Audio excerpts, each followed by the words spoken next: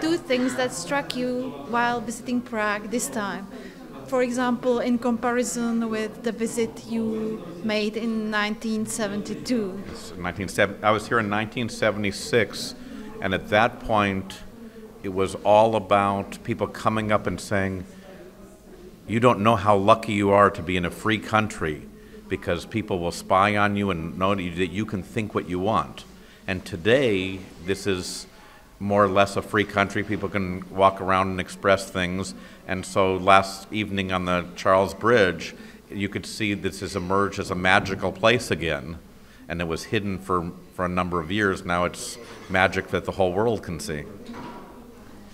Yes, and you said that you are going to be disappointed if we as the audience don't teach you something during this public talk. Did we disappoint you? No. Let me see what I learned today. I learned more about social inclusion when we were talking about how people don't have friends here with mental illnesses because the friends will shun them and reject them if they have a mental illness.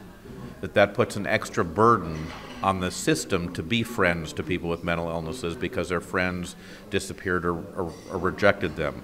I didn't think of it that concretely or put together quite that way until it was said that way here. I've realized that it is worth focusing on building a community system and building community inclusion in your society first before trying to break down the mental hospitals. Mental hospitals are an easy target, but we should do work here in the community first so we're ready for the people who are leaving so they are well taken care of here instead of demanding they close when we're not ready. We should do more work here. It was really shocking to hear that so many people became homeless during the reform in America, which you talked about. So many people became homeless in America, but the mental health reform was only one reason. Another reason was most of our public housing that was paid for by the government was cut the money for that. So when the government stopped giving that social support, then the people had nowhere to live and ended up homeless. Part of helping mentally ill people is to have housing support and money for that so they can have a place to live. The other thing that happened in America was we had our war on drugs. So we took everybody who was using drugs and we put them in jail, and then they can't get a job because they've been in jail, and they make them even more violent. And so the war on drugs created a lot of extra homelessness. So mental illness was one part of the problem, but so was housing problems and so was substance abuse problems. And we have difficulties with much more poverty in America because we spread our wealth. We have many wealthy people and many very poor people. In the Czech Republic, you share better, so that will make you have less of this problem, I think. I am a peer worker myself, and I would like to ask you, how do you see the role of peer workers in general, or maybe in the upcoming psychiatric reform in Czech Republic? Can you comment on that? So I think peer workers are crucial. I think hiring peer workers is probably the most important transformational thing you can do. And there's a few reasons for that. One is when a regular staff like me works alongside a peer staff, it starts changing me. It changes what I think a person with mental illness can do. In my view, it makes me have less stigma. To see, oh, look at the successes around makes me hopeful. The second thing is, for the patients, we already know it's inspirational if you have an injury to have someone in a wheelchair teaching you how to do things. We know it's inspirational if you are trying to get off drugs to say, here is someone who's been clean for 20 years. That same kind of inspiration, here is someone who was in this hospital for 2 years. Here is someone who has dealt with depression, dealt with psychosis, who's now living and working and doing things and has a family, can be very inspirational. And the other part is, many people have trouble making relationships or being friends with people with mental illnesses because they're more frightened or other things happen. And we need relationships in order to heal. It is very hard to heal with just meds sitting in isolation. It is good to heal with someone else walking alongside you. And many people who have mental illnesses make very good walking companions, make very good people because they've been there, they're more tolerant, they're more acceptance, they're better guides alongside. And so you can be relationship extenders. that you can have relationships and make it so a few professionals can help more people because you're the relationship extenders for the whole system. And the last thing I think, there's probably more than this many, but the last thing is peers can be political advocates. I once went in California to our state legislature. We were asking for more money for mental health. We're always asking for more money. We're asking for money mental health. And I went along with 4 people who had serious mental illnesses, including schizophrenia, and we were asking together. They had been there many times before, and they gave their nice speeches about how things are supposed to go. And I'm the last one in line. And I'm trying to think what to say since they had said what to say already. So I told the politician, I said, when you think of people with schizophrenia, with mental illnesses, when you're writing these laws, when you're thinking about funding, is this the kind of people you think of? Or you think of people on the streets or crazy or in a hospital? And she looked for a minute and said, I didn't imagine people with serious mental illnesses could look like this and be functional. That is a strong role for advocacy that says, we're not asking for programs or money to stop people from being violent. We're asking for programs and money to help people be able to be contributing members of society, to offer things to us, to be our neighbors, to be our friends, to be our co-workers. Yeah, well, I think that the people with mental illness have a lot to offer, so thank you for that comment. In Road to Recovery, you write about giving jobs to people with mental health problems in your village. And I think we experienced like a little bit similar thing in our project Studio 27, which are people, everybody here, everybody in our group has problems with mental health, and we are journalists and we film debates. So what do you think about this? Is it similar to the jobs you give to people in village? The idea is similar, and actually we have a program for 18 to 25-year-olds that runs a little radio station that does jobs about like you guys are doing. I think the important thing for the community to know about jobs like this isn't a charity job. This isn't for your therapy. This job is because you are doing something important. You are helping society. You are contributing. If you don't do your job, you don't get to keep your job.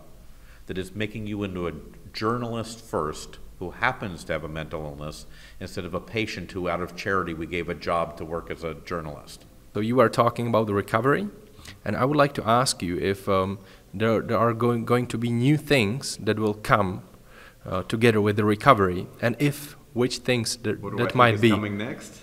Something like that. So, at least in America, I don't know what. So the cutting edge in America is a few things. One is, can we include physical health in recovery? Can we include that you take care of your physical health so you live longer? And also, can we make medical doctors more receptive and welcoming for people with mental illnesses? Another thing in America is a number of people with mental illnesses end up in jails. Can we help use recovery to help you out of jail and stop a life of crime or going around? Can we specifically work it for crime? Another place for recovery is recovery in the way the whole system works. Not just for the client and the staff, but how about the way your contract works? How about the way, instead of it being about politics or about economics, can the contracts be the way the administration runs? Can it also be about human growth, about relationships, about recovering so that the whole society and the whole can recover together? And I guess the other cutting edge, which is the same one we've been working on for quite a long time, is can our society be more and more inclusive, more and more welcoming, more and more compassionate, so that when we go tonight to a grocery store, if you saw a man in the grocery store working and he has a wheelchair, you would think, no big deal. He's working very nice, no problem. You walk into the grocery store and you see a man with developmental disabilities. He has Down syndrome and he's working. You think, no big deal. That's nice. He's working as a job. You walk in that grocery store and you see a man who's talking to himself and hearing voices. And you think, is this safe here? I wonder if this is okay. You know, where did my children go? I'm not so sure. I become very frightened. Yeah.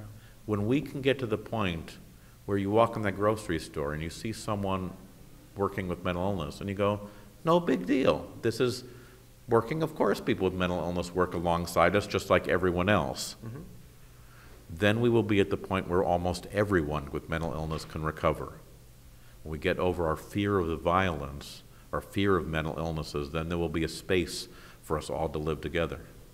Hopefully it will go in this direction. In the book, Roads to Recovery, there is so much hope, and it seemed that if there were so many hopeful stories, but you didn't expand on the problems that may have appeared during developing the idea of the village. What were, for example, the 3 main problems that you encountered? So, when we first began, America was separating people with drug abuse and people with mental health. So we had mental health professionals who were not very good at helping with drug abuse. And then we were trying to help people do both. One of our problems was we didn't know how to get along with people with drug addiction or how to help that. And we had a lot of stigma against people with drug addiction. So one of our first very big challenges is how can we be more accepting and welcoming of people with substance abuse in order to work with them. We spent a long time trying to be able to learn how to do that. A second problem is that we had to be able to address the serious poverty people have who have mental illnesses. Can we help them have enough money to live on, enough money for an apartment, because it's very expensive in Los Angeles? And that we had to spend lots and lots of time as poverty workers to help get the social services and so they can have a life to get together like this. One problem we have, but I don't think it will be a problem here, is that we have a rather aggressive legal system. And so some of our people ended up in jail for long periods and things, and we'd have to try to get them out, and they would be even more damaged when they were there. Putting them, it was supposed to be a punishment, and it would break them down and make them even worse. And we'd spend a lot of time rebuilding people after going to jail over and over again. It took us a long time to build a cooperation with the police department. And now we have a cooperation that has 3 levels to it. One level is the police themselves learn about mental illnesses so they can respond to people with mental illnesses without shooting them or beating them up and not so frustrated. The second level is we have teams where 1 policeman and 1 social worker go together in a car, and when there is some kind of emergency, they decide, does this go to jail or does this go to a hospital? They work together to, one keeps safe, one helps with the mental things, and that helps people get to the right place better. And the third level is something called the quality of life police. That there's people who are troublesome to the businesses, but they're not really criminals.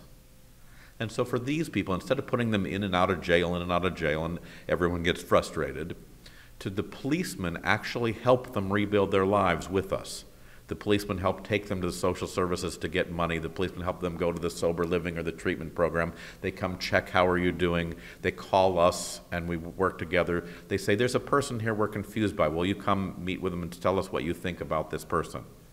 So at the beginning, we had very bad relationships with law enforcement, and they would take people away and lock them up. Now we have much better cooperation with the policemen, so we're working together for the community instead of one getting frustrated at each other.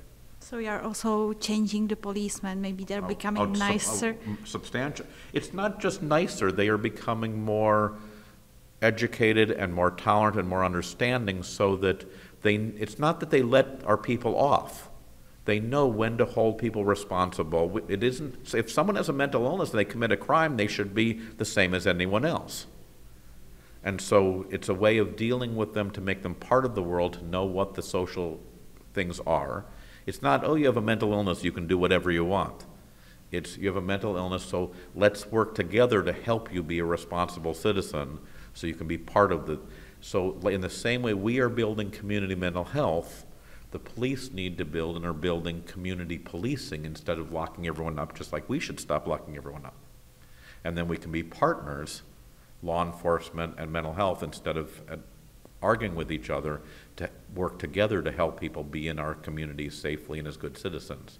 Because psychiatrists are not so good at keeping everyone safe. That's not really a psychiatrist's job. That's more for a policeman to do. But if we work together, we can keep you healthy and safe and as a good citizen. So you're complementary. Yes. You are talking a lot about hope during the talk. So I would like to ask you, do you think there is a possibility that something like Village will be in Czech Republic in the future? I definitely think so. I think it's not that you will make our program, because our program only makes sense in our community, but you can use the same principles to build a Czech version. You already have pieces of it here. You already have people who are invested in these people. People are passionate. People are skilled and talented. You already have people like yourselves who are trying to help others get together. That's the core to build a successful recovery community and support for a community here. It won't look like the Village. No, everyone should look different, but the same principles, the same hope. And I guess let me finish on hope, is that for hope to be practical, you need to have three things. One is you need to have a picture of what you think is possible. You may not get there, but it needs to be a picture you can really believe in. And you need to know, the second thing is why your heart cares about that so much. Why you want to have these community services so people with mental illness aren't locked away, they can live. You don't have to visit people so sad in the hospital for 5 years or more for their whole lifetime. They can actually have a life out here. That makes your passion alive. Because you need passion, because there will be obstacles, there will be problems, and how do you keep going on bad days and when there's a bad government change or there's a bad money change or something or other? How do you keep going when someone violent happens? How do you keep it going? And the third thing you need is just a commitment to take the first couple steps in that direction. First couple steps toward building things. And you people here have built something every year for the last about 20 years. You're taking steps already. Yeah, hopefully we will continue, right? I'm sure you will.